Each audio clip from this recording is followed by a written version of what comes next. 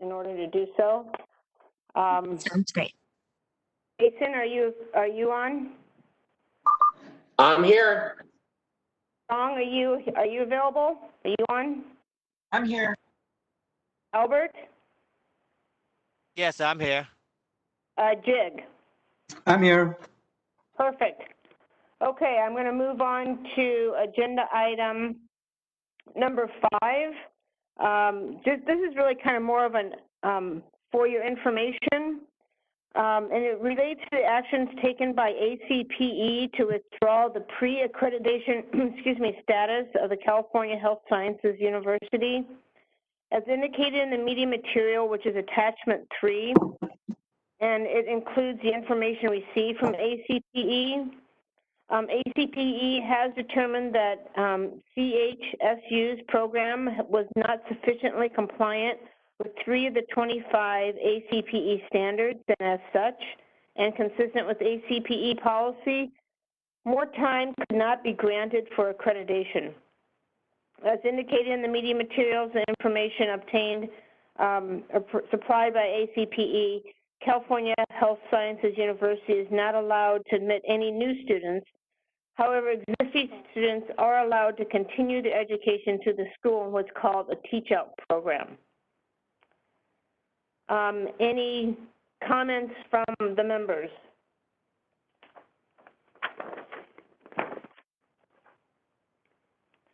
Hearing none, moderator, will you please open the line for public comment?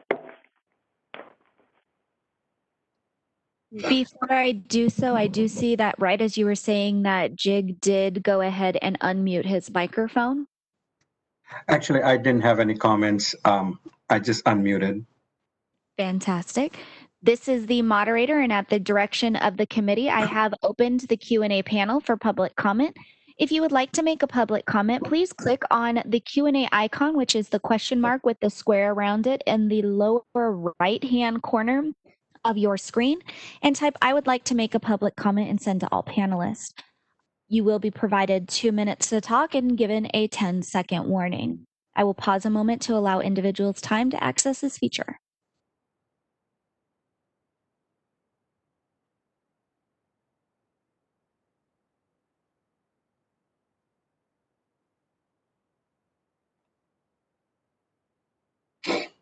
Madam Chair, it does not appear we have received any requests for public comment. Would you like me to close this feature?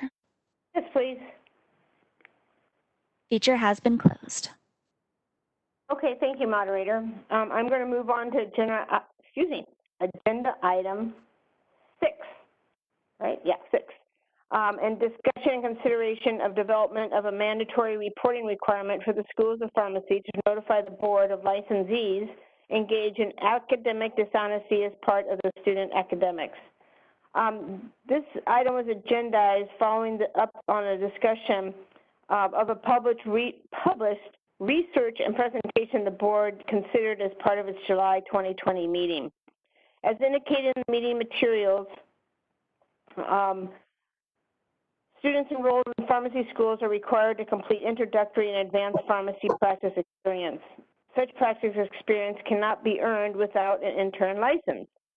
Establishing a policy to require such mandatory reporting will allow the board to determine if the activity is substantially related to the license, and if so, what, if any, action is appropriate.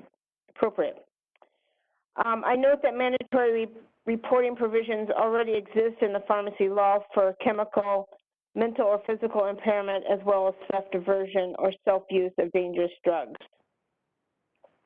Members, do you have any comments or thoughts on the board looking at trying to develop some sort of reporting requirement by the schools of pharmacy around students who are engaged in academic dishonesty? Hi, Debbie. This is Song. I just want to say that I do support some sort of this kind of measure. Obviously, it doesn't have to be this exact, but I think we do need to take some actions to make sure students' integrity are maintained. And I understand this is not just our profession problem, this is industry-wide. I do hope that we can develop some sort of measure that will improve public perception, and so that they can have stronger trust in our profession and our pharmacists. Thank you, Song. Do any of the other committee members have comments you'd like to make at this time?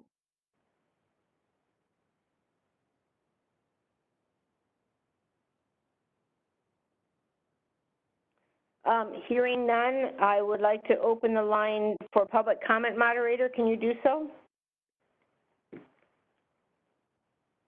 At the discretion of the committee, I have opened the lines for Q&A. If you would like to make a public comment, please click on the Q&A icon and type, "I would like to make a public comment." We do have 2 individuals at this time that would like to make their comment. So our first up is Daniel Martinez. Your microphone has been unmuted. Hi, Danny Martinez with CPHA. So we also submitted a letter on this agenda item to the committee. At the beginning of our letter, we state what our newly adopted policy at our last House of Delegates meeting, which was on September 13th, related to professional conduct. If you guys have that letter in front of you, you can see the recently adopted policy related to that.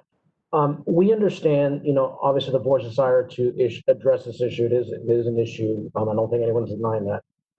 We do kind of question the board's authority to place these reporting requirements on the institutes of higher learning themselves. While the board holds jurisdiction over, the students as intern pharmacists and some faculty who are pharmacists as individual licensees, we don't believe that that jurisdiction exists on the schools themselves. There are some limited oversight functions that you hold in relation to recognizing schools of pharmacy for Dakota Regulation 1719, but that is for the recognition for solely for the licensing of individuals, not oversight of the school. Additionally, we have concerns with at least 3 of the schools of pharmacy are overseen by the University of California, which has its own governance in the Board of Regents.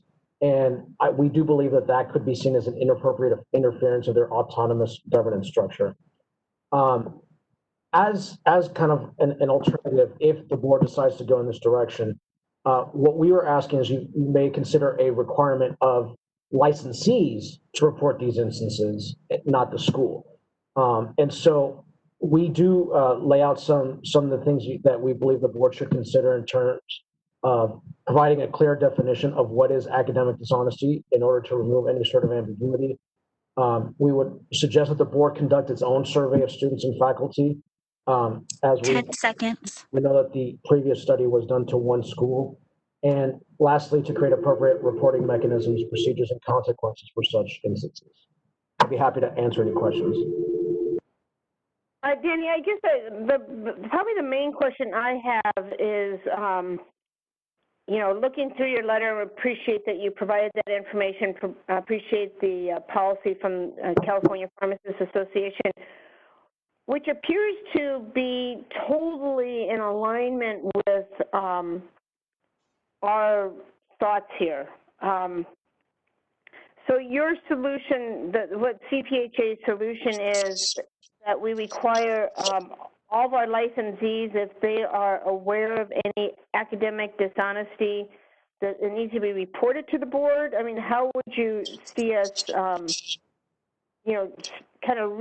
we have the same goal, how do we reach that goal? And so I guess then it would be the professors, professors who are licensed in California would report the students. Students would be required to, report other students. I guess preceptors. Is that how you see it would work? So I guess the point of our letter is that we're not necessarily, I don't know that we have a specific suggestion for you guys. What we're kind of saying is that we're trying to clarify the entities that the board currently has jurisdiction over versus who they don't in terms of this reporting. And then we don't necessarily have that today. For example, I don't have a specific solution.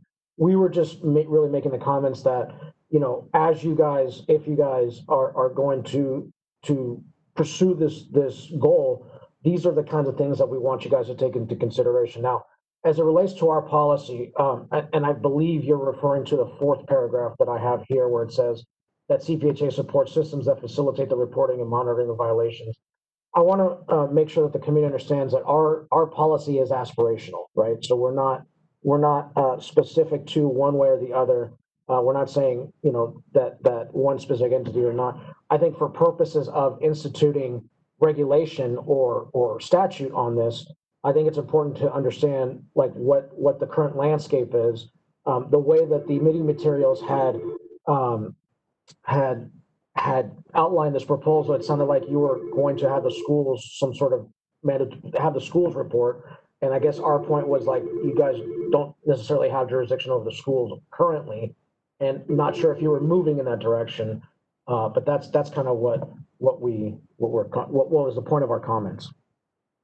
Yeah, I was specifically pointing to the piece that said the California Pharmacist Association supports systems that facilitate the reporting and monitoring of violation of academic integrity, ethics, and professional standards, which is spot on, you know, what we're trying to do. So, all right, so it sounds like you have a policy statement, but not necessarily a solution of how to get to that policy statement. Is that correct?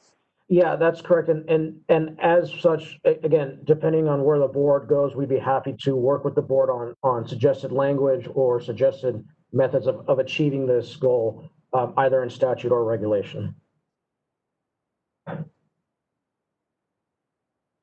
Okay.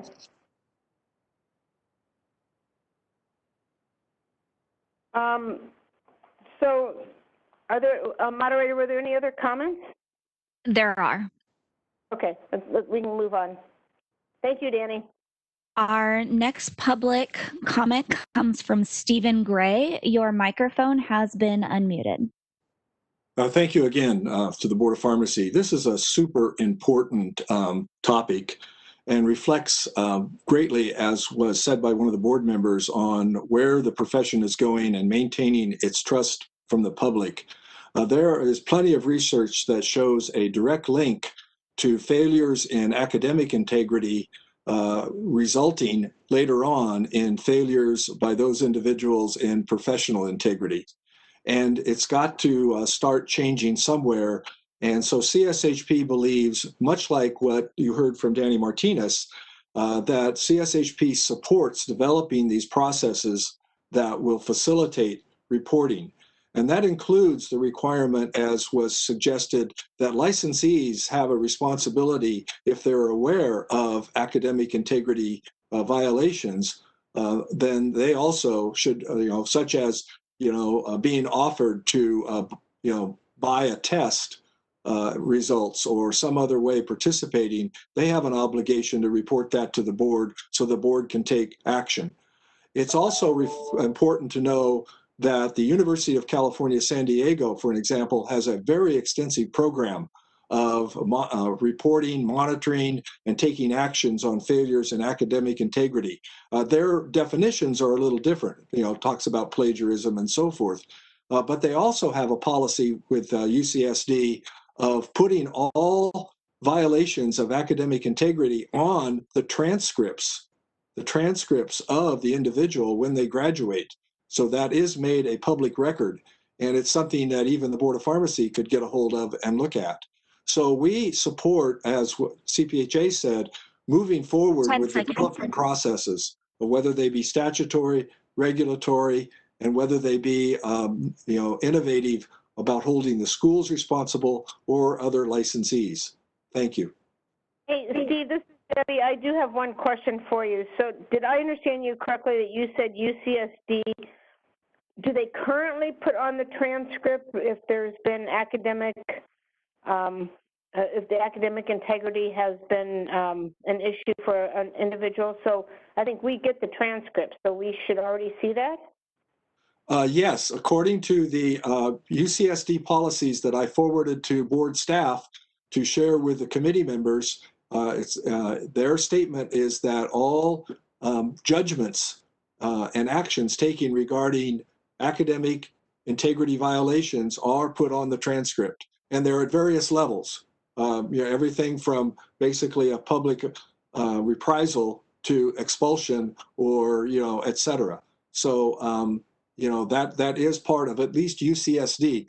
I did not review UCI, UC San Francisco, or UCLA, et cetera, but it's clearly a part of the policy of UCSD. Thank you.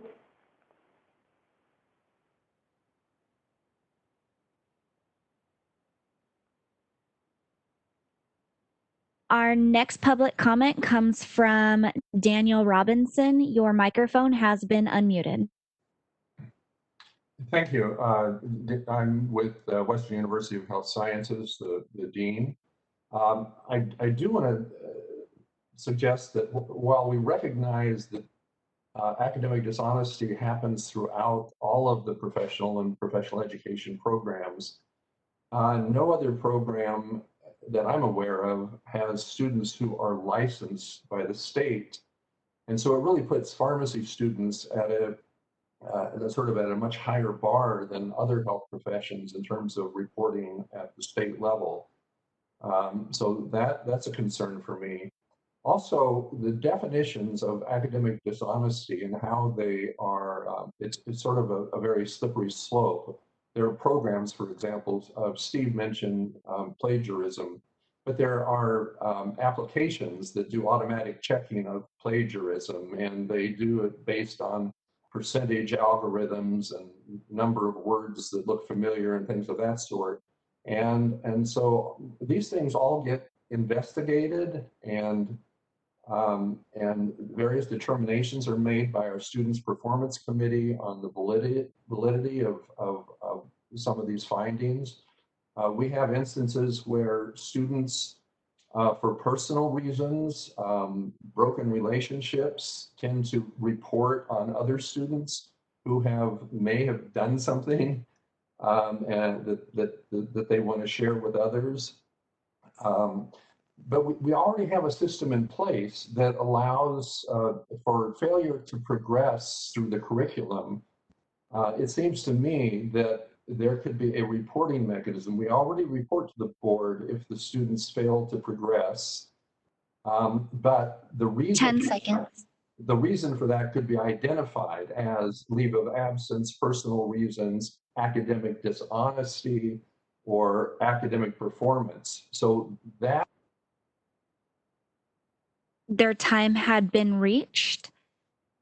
Okay, well, I would like to ask some additional questions of the dean. Okay. So I think you were getting ready to say, Dean Robinson, and actually, let me say this differently. So failure to progress, are you saying that you currently are telling us when there's, it's gone through your system, been investigated, and that you've determined someone has exhibited academic dishonesty, that you would potentially report that as failure to progress? If they are suspended, so let's say they fail a course, and one of the options for dishonesty is failing that assignment or grade, or failing the course. And if they fail a course, if they fail 2 courses, then they're going to be held back and not progress to the next level. And that we were required to report that to the board because it affects their license. If it might be helpful, Chairperson Field, so right now, as when a pharmacy student is enrolled in the program, we receive notification from the school confirming their enrollment, because that is the basis for their eligibility for the intern license.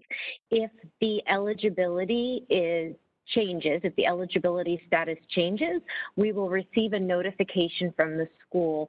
I'm not aware of schools currently indicating the reason for the eligibility being lost. I think it's just that they're no longer enrolled.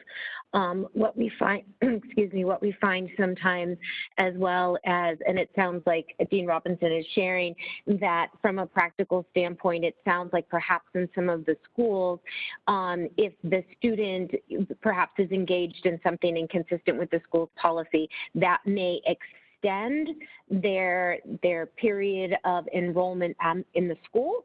But again, I think that the board staff received notification that their graduation date has been extended, but I'm not quite sure that we received the reason why. And I'm only suggesting that that could be added, an added requirement. Oh, that's good information, because I do think it sounds like you go through a very thorough and robust investigation of the individuals and exactly what happened. And like you said, plagiarism. There's there's computer programs you run through. So you're suggesting that could potentially be a solution here. Is that failure to progress due to academic dishonesty could be something that the board could add to what we could expect from the schools. I'm not trying to put words in your mouth. I'm trying to make sure I'm hearing it correctly. No, that's correct. Absolutely correct.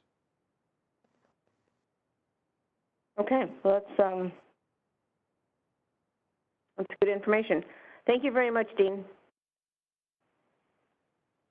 This is the moderator. We have no additional requests for public comment. Would you like me to close this feature?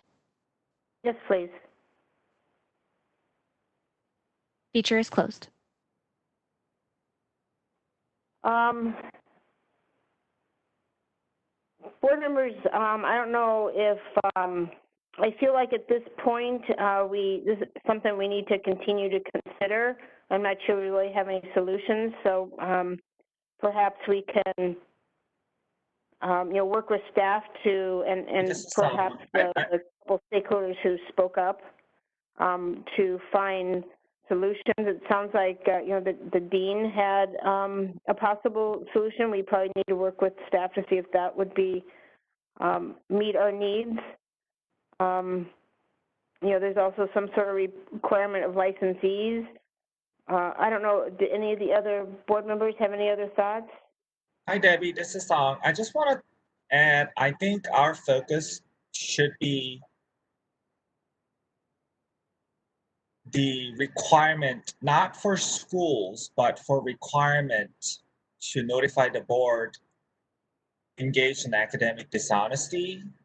I know that that's when things get really hard to figure it out, but I mean, can it be as simple as when they apply for licenses, we have a question that states a licensee who's aware of academic dishonesty must report, and then we would have to define academic dishonesty and some sort of way. So, I mean, I do hear Danny's concerns, but I also do hear other concerns related to this issue. But I think we need to be a little bit more broader, looking at broader aspect of academic dishonesty, not just requiring schools of pharmacy to notify.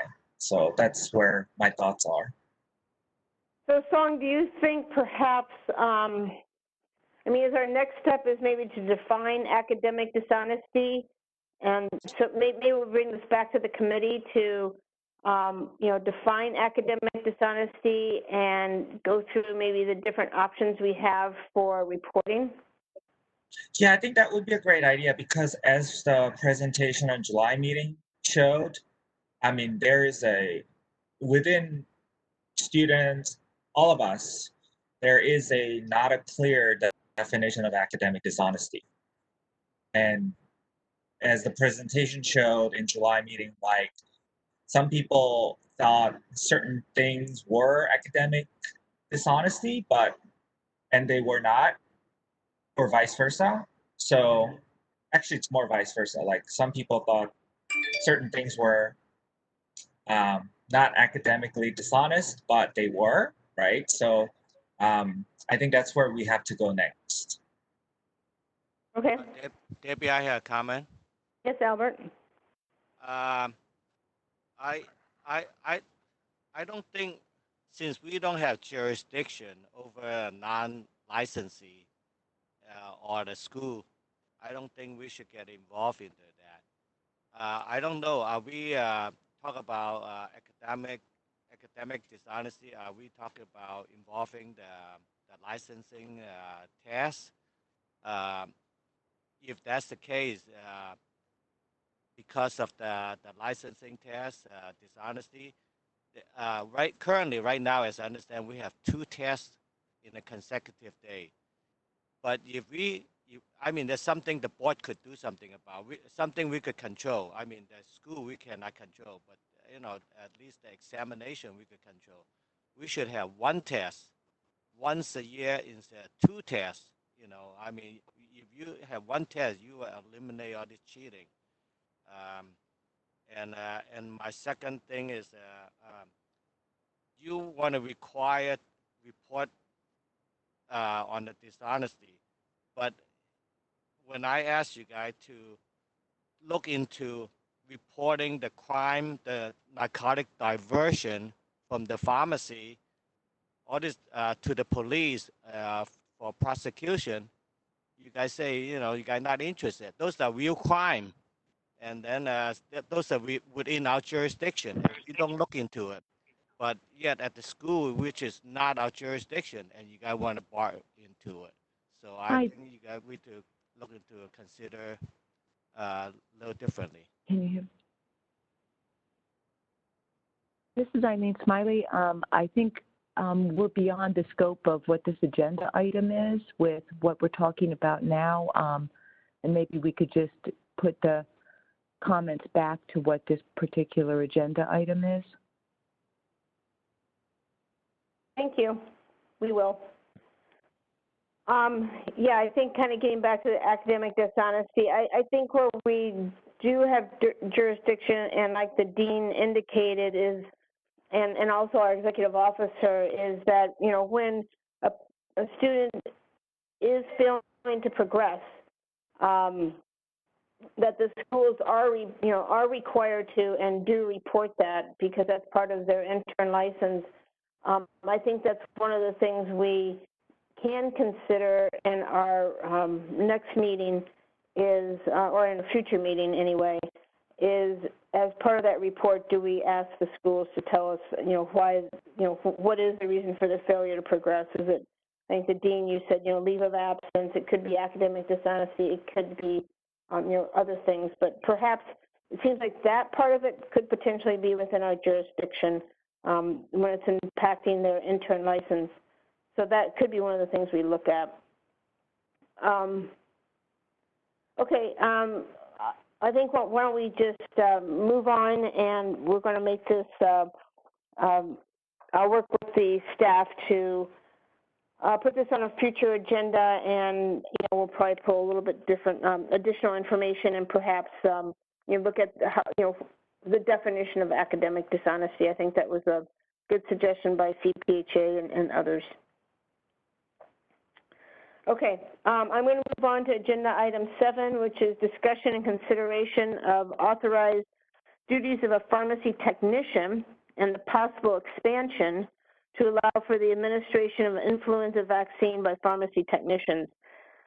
So I do want to point to attachment 4, which includes relevant laws and information on APHA's technician training program around immunization as just kind of background to this. So if you want any additional information, please look there. We have discussed this topic, and it's important to mention that the immunization alert last week included an important reminder. And so I just want to take 1 minute to touch on, to read the alert before we go into the full discussion on the possible expansion to allow technicians to administer the vaccines. So this is what the alert said. It said the board has received information and inappropriate practices have been observed in some California community pharmacies relating to vaccines. Specifically, the board has received complaints and observed practices where non-pharmacist staff are initiating the immunization process.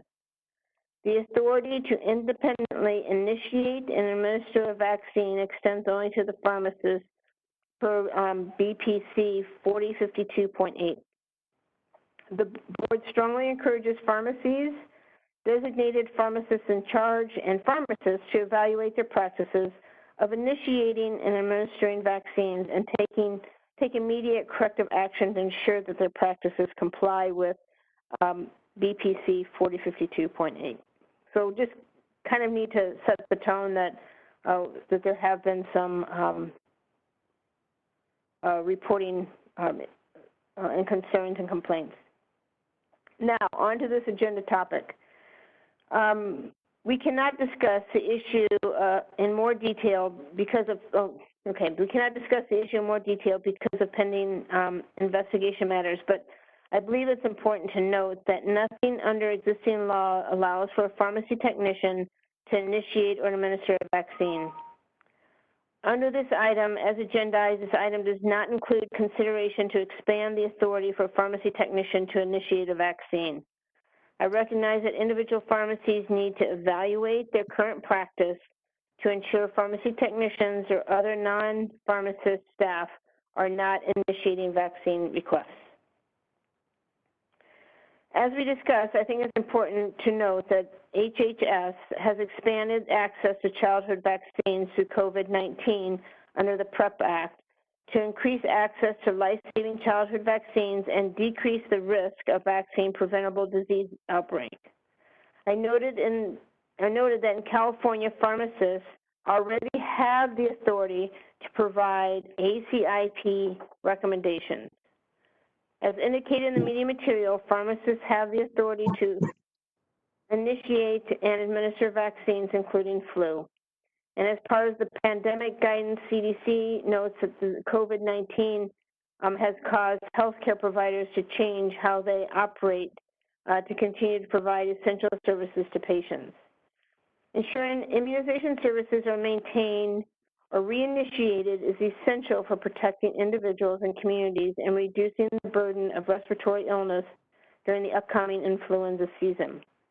Some states have either pursued authority or are currently pursuing emergency rules to allow pharmacists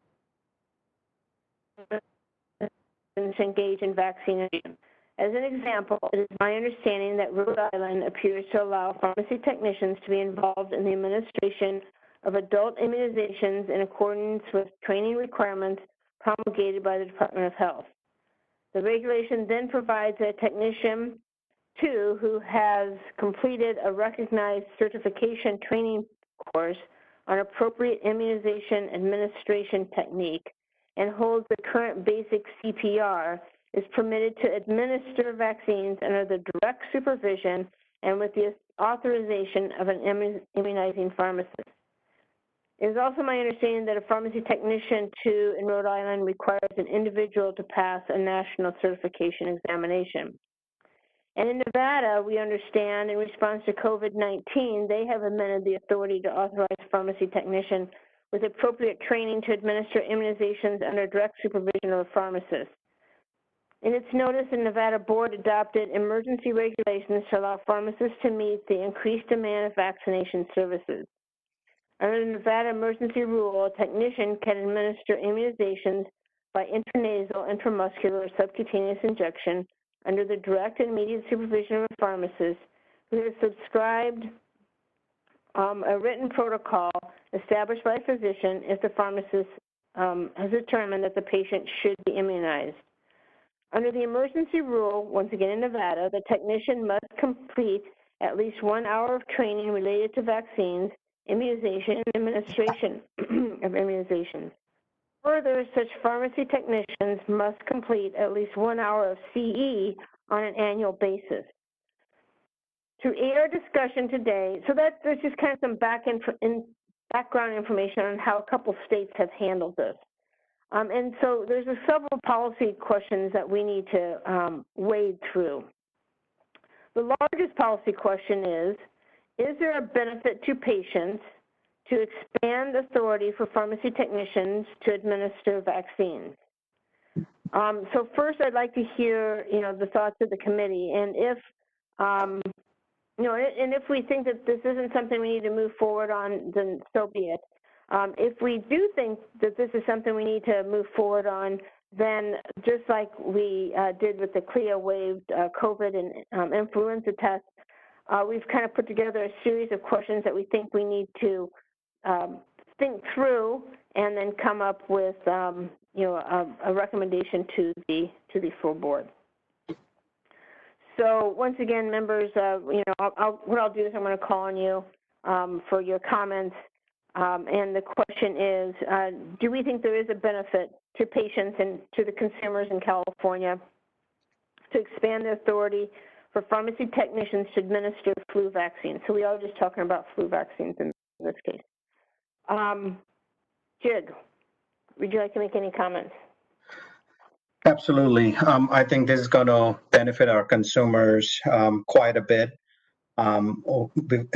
Today we talked about empowering our pharmacists with this point of care testing, CLIA waived tests. And obviously that's going to take some time. And so there is no gap and delays in immunizations, especially during these times. Pharmacy technicians, if they are given the authority to administer under direct supervision of a pharmacist, would greatly benefit our community and provide the herd immunity that we are trying to provide with influenza. And when COVID-19 vaccines comes, it will free up some time for pharmacists. Thank you. Albert. Yes. I think we should look into allow the technician to do the vaccination, because there's a lot of pharmacy. You only have one pharmacist and plus the technician, and if the pharmacist doing the vaccination, they wouldn't have time to do their regular duty. So I know some of the chain store, having a pharmacist doing the vaccination, and they have a handful. They have to answer the phone, fill the prescription, do the consultation. Very hard for them to do the vaccination also. So I really like to see the technician able to do the same task. Thank you. Thank you. Song. So I really like the intent of this this agenda item, but I have some concerns. So I'm gonna, first of all, I think if we're going to allow for administration, I think if it should probably be not just for influenza vaccinations. I think as long as it is decided upon pharmacists to meet the need for the patient to receive certain other vaccinations. But before that, I think we need to make sure there is adequate understanding of what's going on. So, I think my biggest concern is the direct supervision. So I'm going to probably ask for some assistance from either inspectors on the call or Anne. My understanding of direct supervision is the pharmacy technician basically has to be in sight of a pharmacist. And I know most of the situations that I encounter for some, giving immunizations, I don't think that we are in sight of someone receiving an immunization. So if they are going to be required to be under direct supervision, if the pharmacist has to still walk away from whatever they're doing and observe, I think that's actually going to make things more complicated. So that's my concern so far. And, I would love to hear from Anne or inspectors on the call about their kind of explanation of direct supervision, because that's my biggest concern. Anne, can you go ahead and address that? Yeah. Can you hear me? So the law actually defines direct supervision and control, and it's in BPC 4023.5. And it says, for purposes of this chapter, direct supervision and control means that a pharmacist is on the premises at all times and is fully aware of all activities performed by either a pharmacy technician or intern pharmacist. It does not indicate line of sight. It does talk about being fully aware of all of the activities. So, and that means like if someone is in an immunization room giving a shot, the pharmacist does not have to go in to observe, correct? I think that getting into those level of detail would probably require a little more of a legal analysis, because it can lend itself to how are you fully aware if the person is physically separated in a separate room or something like that. You would have to contemplate, I think, how you're meeting the fully aware of all activities. Yeah, that's my concern right there. Yeah. Okay.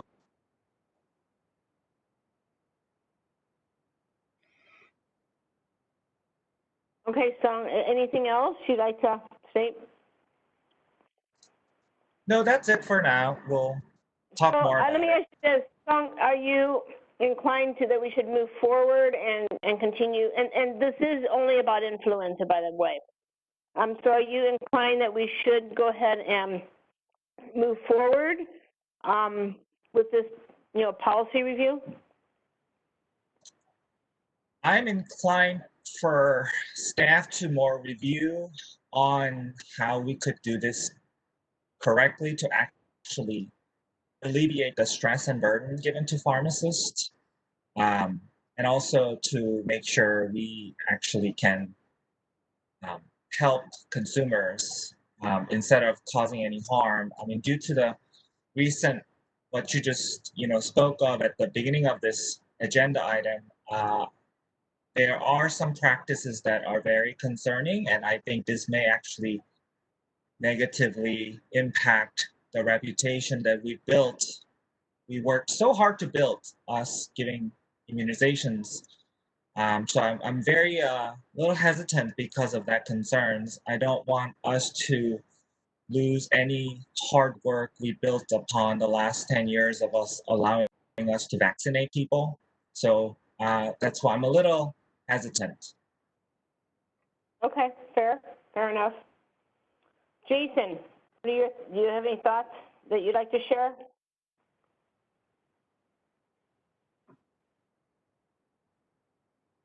Sorry. Yes, I think that the pursuing the issue is definitely worthwhile, and I am looking forward to the discussion. I think it would be helpful to hear, exactly what qualifies the technician to do this. At least for the public, I think that's important to hear. So that is all I have for now. Okay, great. Abby, I got a comment. Yes. Yeah.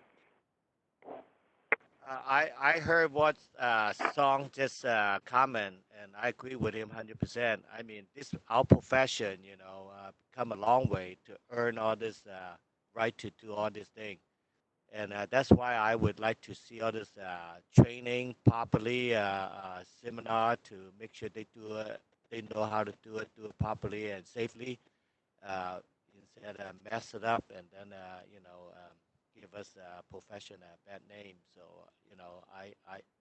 I second to what Song said. Okay, thank you. I guess my thoughts are that I feel like we need to move forward and learn and kind of investigate this policy, because it seems like, and I know quite a few states allow pharmacy technicians to administer the flu vaccine. I definitely hear the hesitancy from Song. I understand it, Albert. But I think I think when my kids went to the doctor, it was never the doctor or the nurse. Honestly, a lot of times that even administered vaccines, it was kind of the medical assistant. So I also want to make sure that, I want to do what's right for the consumer, but I think what might be right for the consumer might be moving this forward and, just making sure we have the right parameters in place. But I'm very interested to hear what what our stakeholders have to say. So let me go ahead and, moderator, why don't you open up the phone lines and let's hear what the stakeholders have to say about if this is a policy that this board should move forward and investigate. This is the moderator, and at the direction of the committee, I have opened the panel for Q&A. If you would like to make a public comment, please click on the Q&A icon located in the lower right portion of your screen and type "I would like to make a public comment."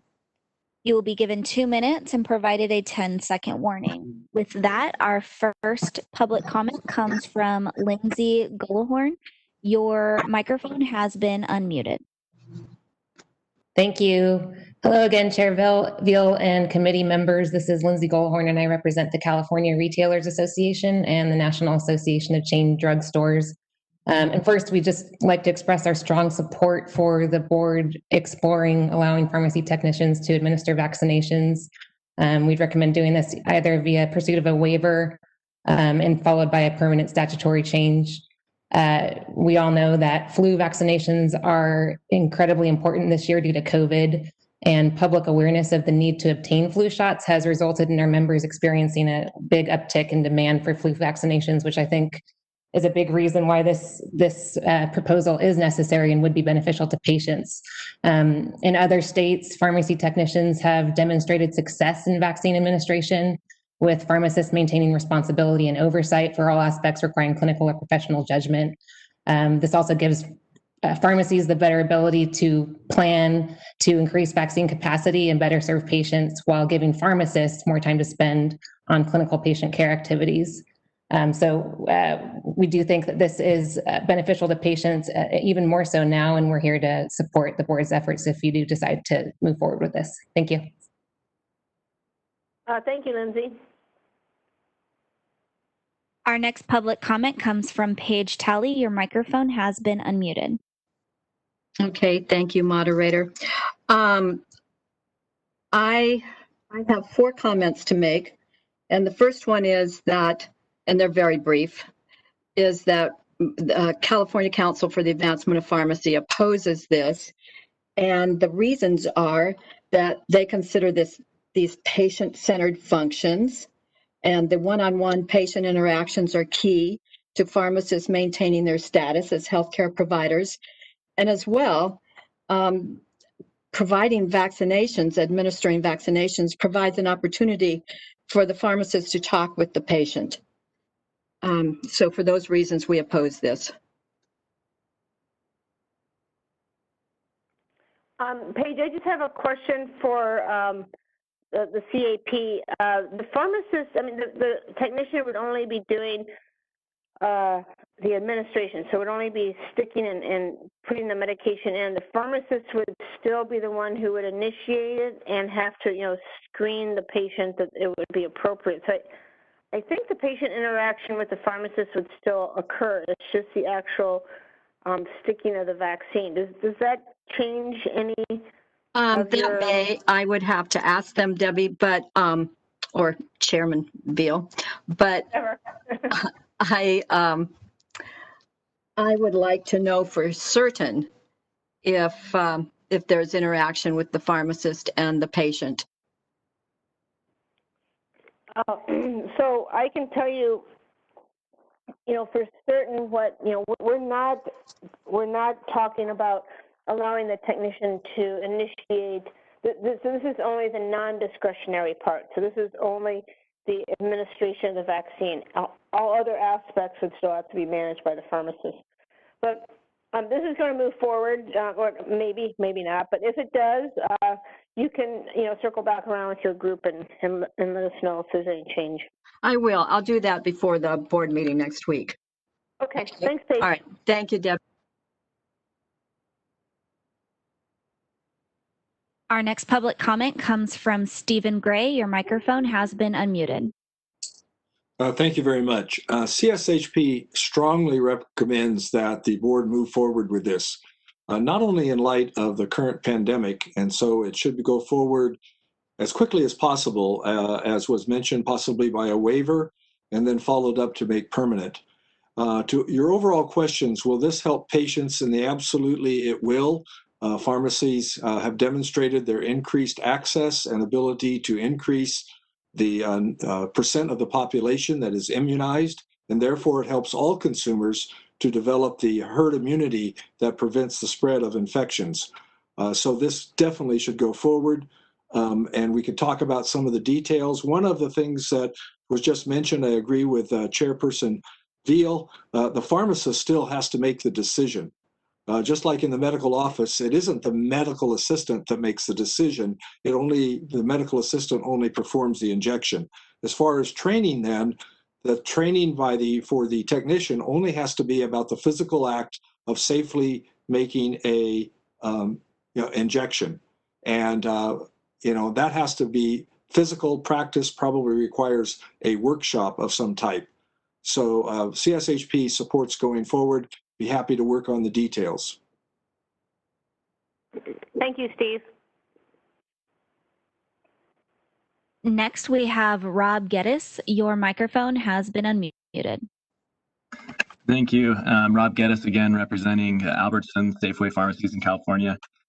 We also would echo the support of this initiative to move forward.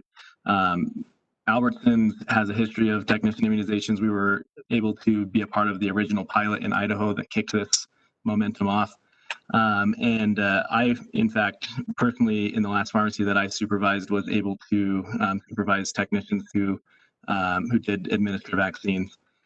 As a result of the experience that we've had over the past 4 years with having technicians immunized, we have been able to see the value from a public perspective as well as from a pharmacy workflow perspective, which in both respects support the initiative of public safety. This does help to eliminate some of the distractions and interruptions that a pharmacist experiences throughout the course of the day, and helps to also increase the ability of the staff members to support the overall process. Additionally, I'd like to just echo from my experience as well as our company's experience, the pharmacist does stay extremely engaged in the process. Any decisions that require professional judgment do stay with the pharmacist in our experience in the states where we do operate this program. It's greatly appreciated that you're having this discussion, and would like to encourage you to strongly move forward, as well as using the waiver to make this effective as soon as possible to be able to have the greatest benefit to the public during this year. Thank you. Thanks, Rob. Our next public comment comes from Mark Johnston. Your microphone has been unmuted. Thank you again, Mark Johnston, CVS Health, who is in support of this measure and the comments that have been made here today. I would like to address the elephant in the room, however. Without an increase in ratio, this effort may not be implemented as you might originally think. The accountant for technician is busy and quite frankly doesn't have the time to be the immunizing technician. Realizing the difficulty of ratio in California to change, I would like to suggest that unlicensed personnel be considered for this duty. As we've seen in other states, there have been no reported Board of Pharmacy issues with tech immunizations, and there's been tens of thousands, if not hundreds of thousands of immunizations given at this point. CVS Health operates in all of those states that allow us to have tech immunizations. We've never had one safety incident. And unlicensed personnel still has to be supervised by a pharmacist. I mean, heck, they can type a prescription in California, which is not an easy task. I would argue that the act of immunizing is an easier task than data entry. Although they're not registered, the permit holder could certainly be disciplined, if any, in the unlikely event that any matter did occur. I know initially this might sound shocking, but in the absence of a ratio increase, I just don't see much applicability for TAC immunizations. Thank you. Thank you, Mark. Our next public comment comes from Daniel Martinez. Your microphone has been unmuted. Hi, Danny Martinez with CPHA. Again, we did submit a letter to this agenda item. Again, we recently passed new policy at our last House of Delegates meeting on September 13th in relation to pharmacy technicians, in which we support the education and training of pharmacy technicians to administer vaccines, as well as appropriately train pharmacy technicians under the discretion and supervision of a pharmacist. So we are supportive in concept of the board's desire to discuss this possible expansion of duties as it relates to flu vaccines. However, just as the board mission is patient safety, we are also concerned with patient safety. And we believe that any conversation, and this really goes to what board member Sung Oh was saying, any expansion has to include these kind of following requirements, which is they have to be certified in basic life support. They have to complete an immunization training program that's endorsed either by the CDC or ACPE. That includes at minimum hands-on injection technique and the recognition of emergency reactions to vaccines. They have to comply with all state and federal record keeping and reporting requirements, including providing said documentation to the patient's primary care provider and entering the appropriate information into the Department of Public Health's immunization registry. They should be required to complete 1 hour of ongoing CE focused on immunizations from an approved provider of CE every 2 years. And lastly, as was mentioned, pharmacists do bear the responsibility of duties performed by technicians whom they supervise. So we believe it's appropriate that whatever proposal comes out of this clearly reflects that the supervising pharmacist has the sole authority to allow or disallow technicians from performing these duties. And I'd be happy to answer any questions in relation to our letter. Thank you. 10 seconds. Danny, my one question is the record keeping. I would think that would be the responsibility of the pharmacist and not the technician, because the technician is just administering the vaccine. So wouldn't you see the record keeping as part of the response? I mean, totally agree with whatever everything you said, but I think that's the pharmacist's responsibility, and I think it's already covered. Well, and I guess kind of what we feel about that is if technicians are going to be performing these duties, I mean, they need to have some skin in the game, and this is something that is that pharmacists do have to do. I mean, basically everything here is what pharmacists have to do already. And in order, if the goal of this is to alleviate the pharmacist's time to do other things, we do believe this should be taken at least into consideration, as it is a duty that does take time. So that's kind of where we stand on that. Okay, thank you. Our next public comment comes from Lori Walmsley. Your microphone has been unmuted. Thank you, board members. Lori Walmsley on behalf of Walgreens again. Walgreens very much stands in support of this concept. Like CVS and Albertsons, we were early adopters in the states that allow for technician immunizations and have seen great benefits for both the patient and for the pharmacy. From the patient safety perspective, we very much believe that this does support patient care. Idaho was the first state that adopted this concept back in 2016 and 17.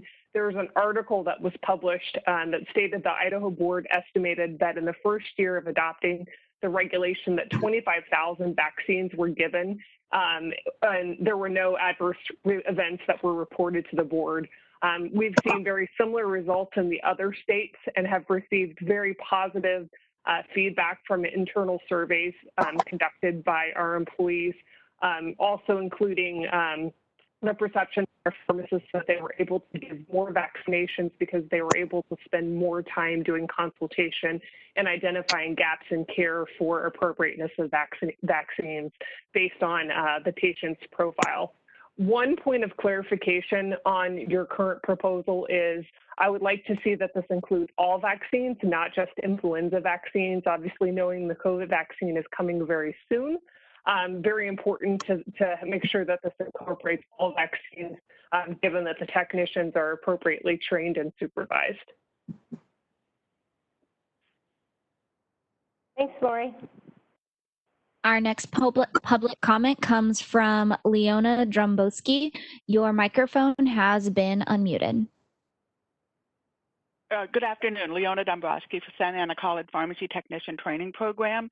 And my original comments were in support of Board Member Song's concern regarding the direct supervision and observation of the technician actually performing the activity. And the reason that I'm expressing that concern is related to what they call flu clinics and drive-through flu clinics, where the technicians may be operating in parking lots or out, in sidewalks, areas unrelated to being within the confines of the pharmacy where the pharmacist could maintain that direct supervision. So that's my comment. Leona, so I just want to clarify my own brain. So it sounds like, I'm not clear if you're in support or not. I'm not in support of the concept, but I hear the comments from the other speakers, and I could change my opinion if the legislation or the rulemaking is drafted such that there's adequate oversight and training and protection for the patient. I'm not. I guess I don't see the time-saving element there. But like I said, I haven't looked at the data that the other folks have presented. Okay, I appreciate you clarifying for me. Thank you very much. Madam Chair, there is no additional request for public comment. Would you like me to close this feature? Yes, please. Feature has been closed. Thank you very much.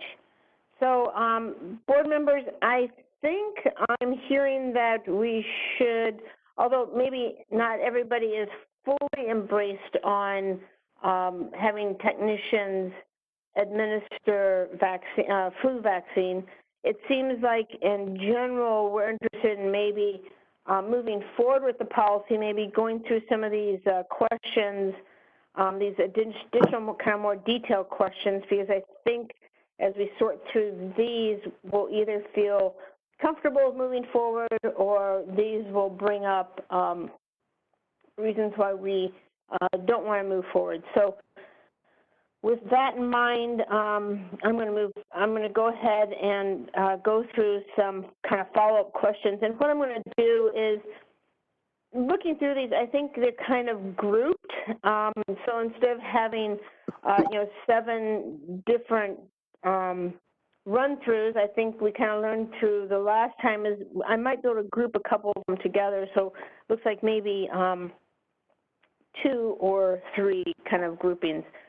So the very first grouping, I'm kind of focusing on questions 1, 2, and 5. Question 1 is, what additional training would be required? As included in the media materials, APHA does have a technician training that seems like it's appropriate. It's been used in multiple states. And, what about CE? For number 1, I would say absolutely additional training, absolutely certification through the APHA training seems appropriate. And I guess I would say similar to what we do with, pharmacists, to use, the APHA type of training. I do think some sort of CE at irregular intervals would also be reasonable.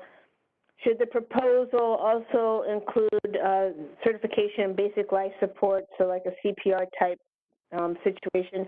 I think the answer is yes. I think, the couple of states that I reviewed in the beginning, at least I know Rhode Island, I recall, had CPR that seems, even though they're just administering the medication, the vaccination, it's kind of at that point that if there's going to be a problem, it's going to happen. And the pharmacist will be nearby, but it seems like they should be able to address that. And then the third thing that I think is kind of goes into here is also, should the technician administer the epinephrine?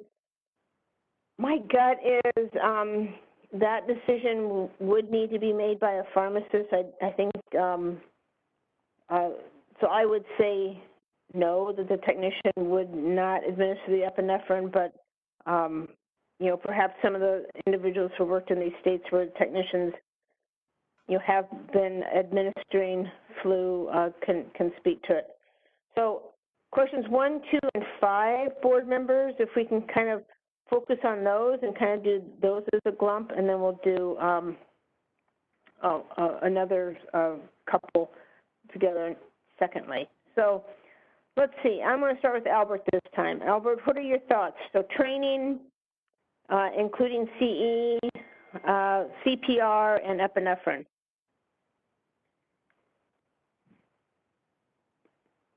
I always emphasize on training and make sure they have the knowledge and the ability to perform their duty.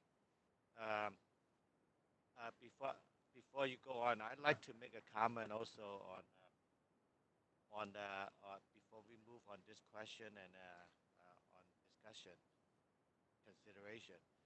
I know the corporation or pharmacy or the business like to do more vaccination and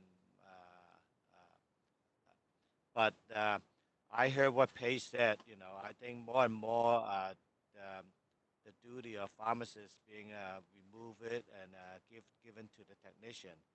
But the real life out there is we all the pharmacy have a skeleton crew. You know, you have a front cashier, relief, you know, for the restroom break, and what I'm saying is that in real life out there, you have one pharmacist, one technician, and now you keep on adding on this vaccination, and I'm sure my point is that we should hire more pharmacists. You know, before, you know, those big pharmacy chain store, they have more than one pharmacist. Now they all have only one pharmacist and one technician. So it's they pick up so much more tasks to do, but yet they don't have the manpower to do that. I think Mark Johnson said about pharmacist and technician ratio should be increased. But if we do the vaccination, I think that's something we have to look into.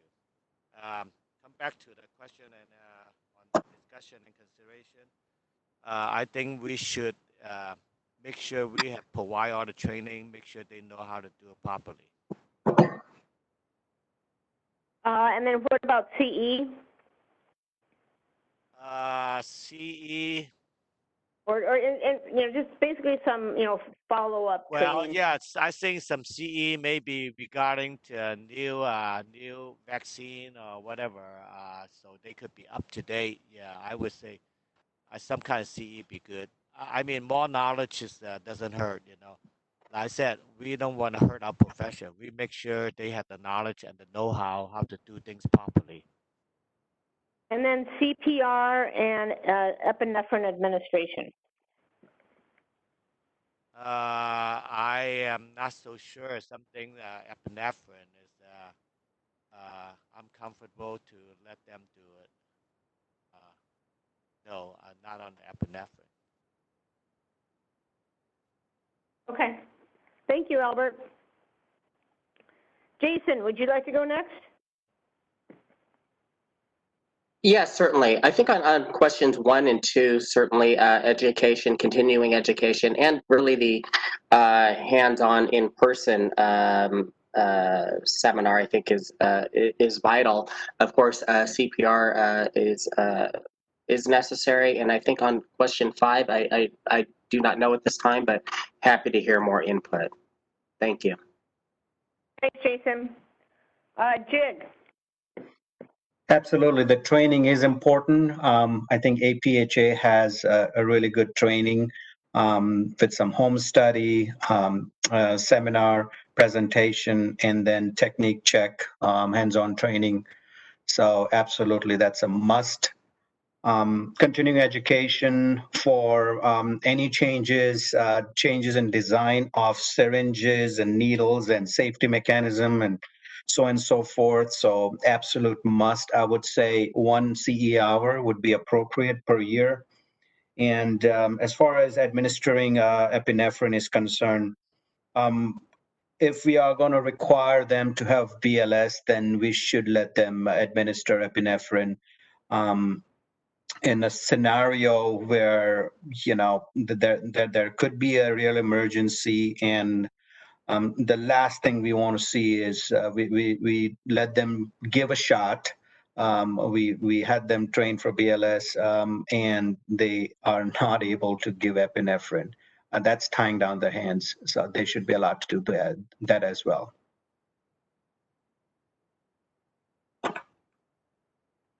Thanks. Song.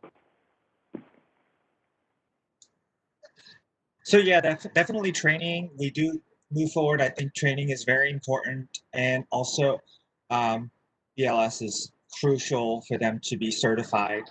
Epinephrine, I am a little hesitant that seems to go a little beyond. That could get really messy. So I don't think that we should go that route.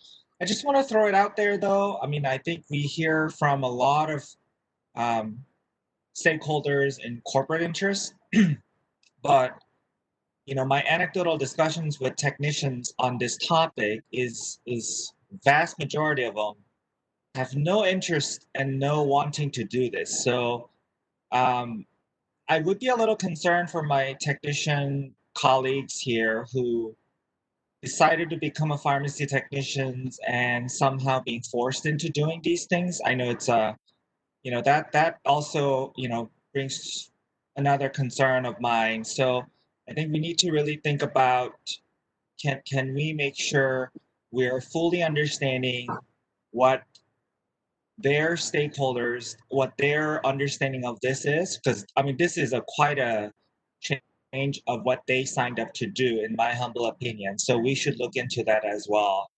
understanding those pharmacy technicians and what they want to do, if this is something they're interested in doing.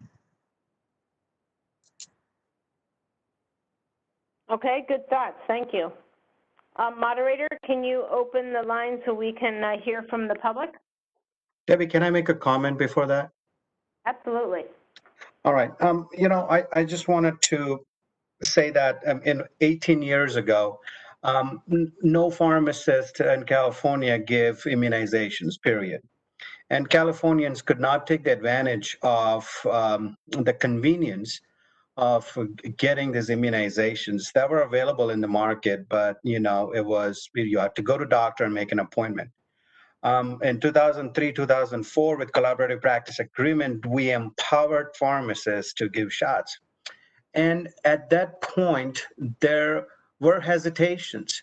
You know, I couldn't say in this very building because we're not in a building right now. But the board discussed that pharmacists were not trained to give immunizations and that there's so much to do and that they won't be able to do it. There's not enough knowledge. And look at us, 18 years, you know, 16 years of immunization. Now, vast majority of the vaccines are administered in the pharmacy. So we are at a turn. This is the new era, and we got to have that forward thinking and empower our pharmacy technician crew, which is a mass majority of the pharmacy crew that's out there, healthcare professionals, accessible. And I think our Californians are going to benefit out of this if we empower our technicians to do this. Thanks, Jig. That was a good comment. Okay, moderator, will you please open the line so we can hear from the public? This is the moderator, and at the direction of the committee, I have opened the Q&A panel. If you would like to make a public comment, please type, "I would like to make a public comment." We have our first request from Daniel Martinez. Your microphone has been unmuted. Hi, so obviously, as per our letter, we do support the certification of basic life support as well as the training program. I did want to make a clarification. I know that APHA's 6-hour pharmacy-based immunization program was mentioned. I just want to make sure that that's not the only one that should be permissible, that it should be ACPE certified. And then in regards to the epinephrine, I mean, from a standpoint of how this particular proposal is being viewed, I don't know that epinephrine is necessarily should be considered, because we're dealing with the flu vaccine right now, and any attempt to add in that kind of a separate kind of injection, I think, is probably safe for another conversation when there's more information available. So that would be our comment on that. Thanks, Danny. Our next public comment comes from Stephen Gray. Your microphone has been unmuted. Thank you very much. CSHP strongly supports, as mentioned, going forward with techs providing vaccinations. We do not believe it requires a separate license category. The education and training required amount to the physical activity of giving an injection. I'm not familiar with the APHA program in detail.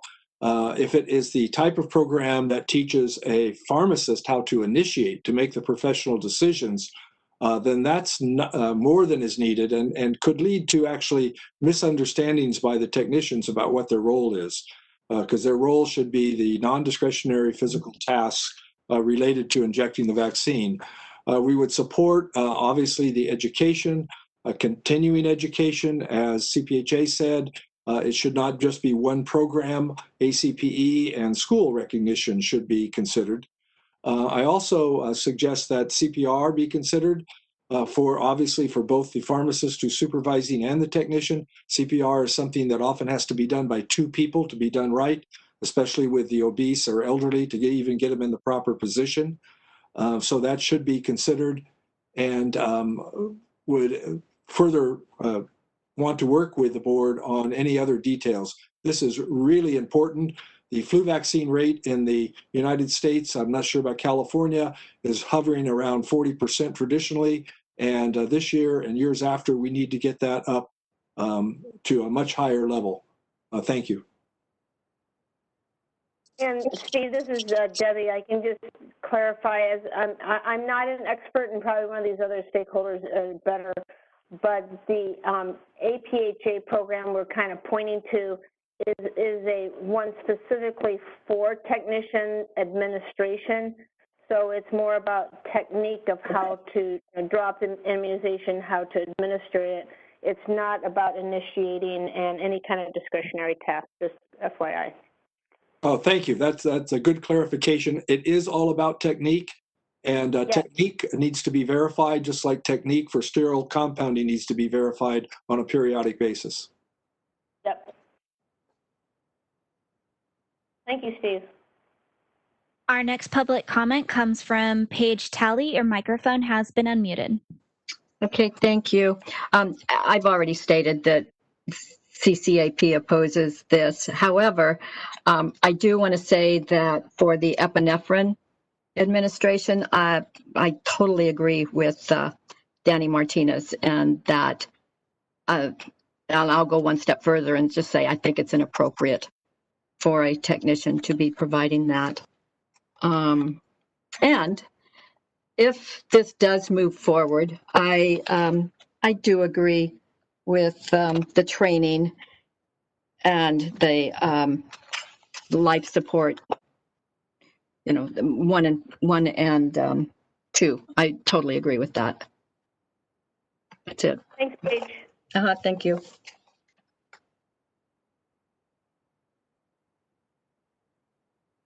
Debbie, can I make a comment about epinephrine? Yes, please.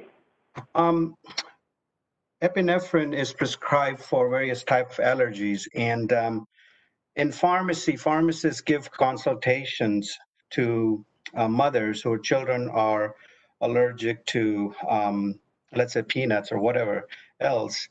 And in 5 minutes' time, we are teaching them the technique on if their child were to have allergic reaction, how to use this device in an emergency. if we are going to train our technicians to administer these vaccines, which is much more complex, we can definitely train them and under our direct supervision, have them administer epinephrine to a patient and if need be. So it's not that hard. Yeah, so you're basically, we're teaching them how to use an EpiPen. Correct, EpiPen, correct. Yeah, thanks for that clarification. It actually makes me feel more comfortable.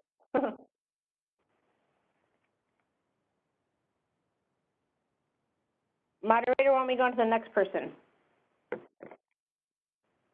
Our next public comment comes from Lori Walmsley. Your microphone has been unmuted. Hi, thank you, board members. Lori Walmsley on behalf of Walgreens again.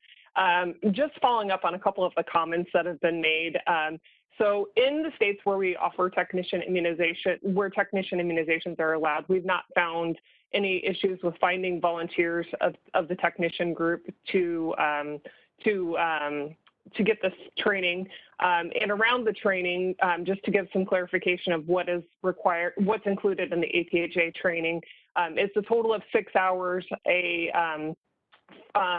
some self-study modules that include describing proper technique when drawing up and administering vaccines, recognizing commonly used vaccines and their corresponding routes of administration, distinguishing the proper needle length selection based on vaccine and patient age and size, identifying proper documentation procedures, recall vaccine storage requirements, describing safety measures to avoid accidental needle stick injuries, and recognizing appropriate actions to take during emergency situations. And then the live seminar objectives that are verified by a trainer include demonstration of the appropriate technique, demonstration of appropriate distraction techniques during the administration, demonstrating the use of universal protections as they pertain to bloodborne pathogens, and then explaining the procedures for managing a vaccine emergency. So not necessarily the administration of the actual agent, but identifying the symptoms and how to appropriately manage that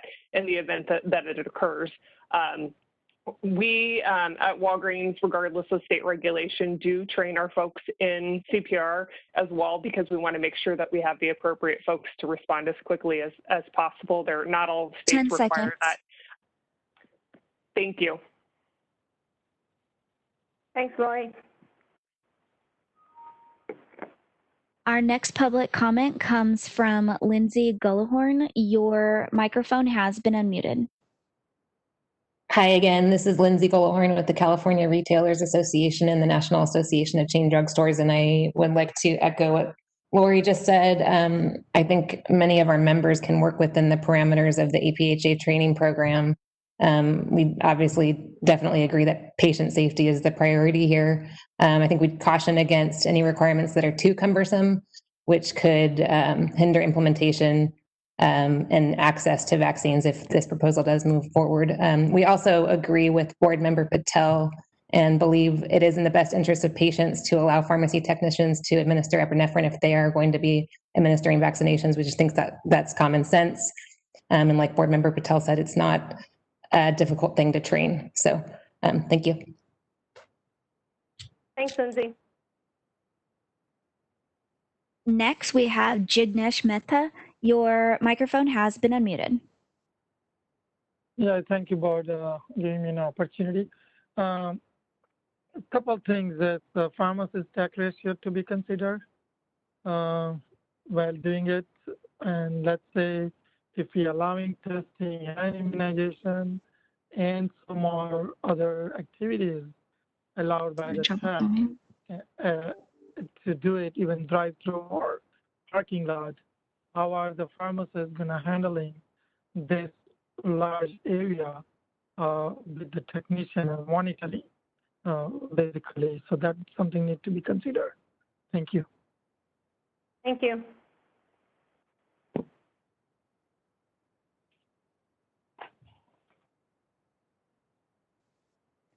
Our next public comment comes from Mark Johnston. Your microphone has been unmuted.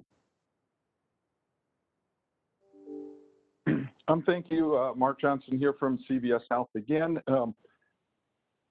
I wanted to mention an independent study that was published, which only focused on asking the technicians that were involved in immunizing what they felt about the practice. And hands down, the results of the survey were that technicians felt empowered as part of the healthcare process. They enjoyed the somewhat the patient contact, I'll say. So I guess my point being, as opposed to a few anecdotal stories, I like to make my decisions based upon science and publications, and I'd be glad to pass on to Anne that study. We also have had no problem finding technicians who yearn to go through this training. And as far as epinephrine goes, and I could get these numbers to Anne too, there's several states that allow the dispensing of epinephrine without a prescription, furnishing, if you will. Several states that allow such furnishing in the name of a school or in the name of an entity like a restaurant for any of the employees of the school or the restaurant who have not been counseled by the pharmacist to use in an emergency.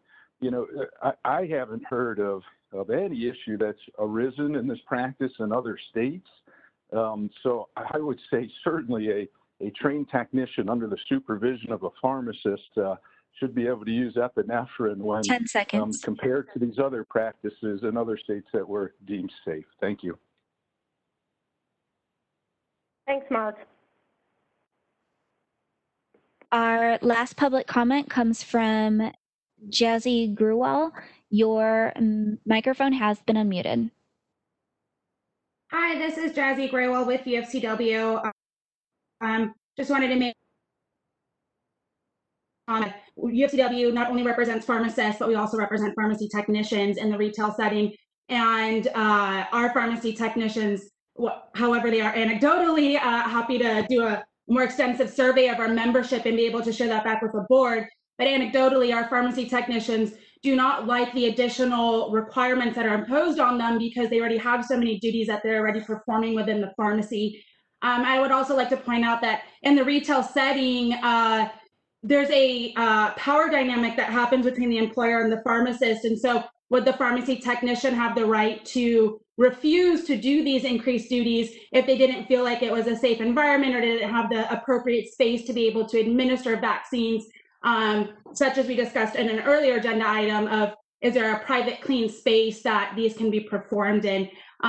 Would the pharmacist have the right to reject this if they don't have the ability or don't believe that they have the ability to appropriately supervise the pharmacy technician in performing this duty? And so just wanted to point out that this might be okay in other settings, but in the retail setting, there really needs to be a emphasis on the pharmacist or the pharmacy technician to be able to say no if they don't feel comfortable or they don't feel like they have the appropriate training or the space to be able to do this. Thank you. Thank you, Jesse. We did have another one be submitted. Rob Geddes, your microphone has been unmuted. Thank you very much. Rob Geddes again with the Albertsons Companies. Albertsons does have extensive experience with this. As I said earlier, having 4 years now that we've had technicians engaged in immunizations. And what I would say to add to this conversation to provide some value to it is that if you ask anybody that's not been trained to perform an activity, if they're comfortable with doing that activity, in most cases, their answer is always going to be no. In our experience as technicians engaged and expressed interest in doing the training and we trained them, their whole perspective shifts. They are comfortable with the activity because the training that we've used, which was originally Washington State University that was acquired by APHA, prepares them to do this safely. They are empowered with the tools that they need to feel comfortable with the tasks that they're given. And then they also have the support of the pharmacist that is supervising them in case there's any types of logistical or technical questions that they may have. So following the training, the paradigm shift that occurs is tremendous. If you would have asked me prior to going through pharmacy school if I was comfortable with doing vaccines and it was something I wanted to do, my answer would have been no at that time. But following the training that I received, I also had that same change in perception of what I was capable of doing and willing and excited to engage in to help protect public safety.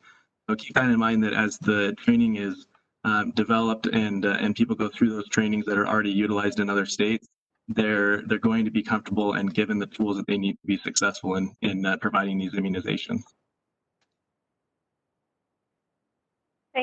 Thanks, Rob. That was good information. There are no additional requests for public comment. Would you like me to close this feature? Yes, moderator. Thank you. You're welcome. Debbie, this is Albert. Yes. I'd like to make a comment. Okay, yeah. Please. Yeah. I heard what Jake said, that, you know, vaccination, immunization provide a pharmacist a new opportunity, new responsibility for the profession, and that's good. But in real life out there, you know, we have a manpower problem. We don't have enough help to do all those tasks.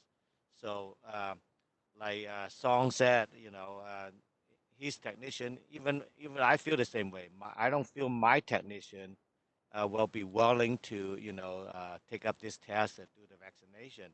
They're comfortable what they're doing. They don't want to do more tests unless, like I always say, follow the money. If you give them incentive, give them training, and give them extra, increase their salaries, so people might consider.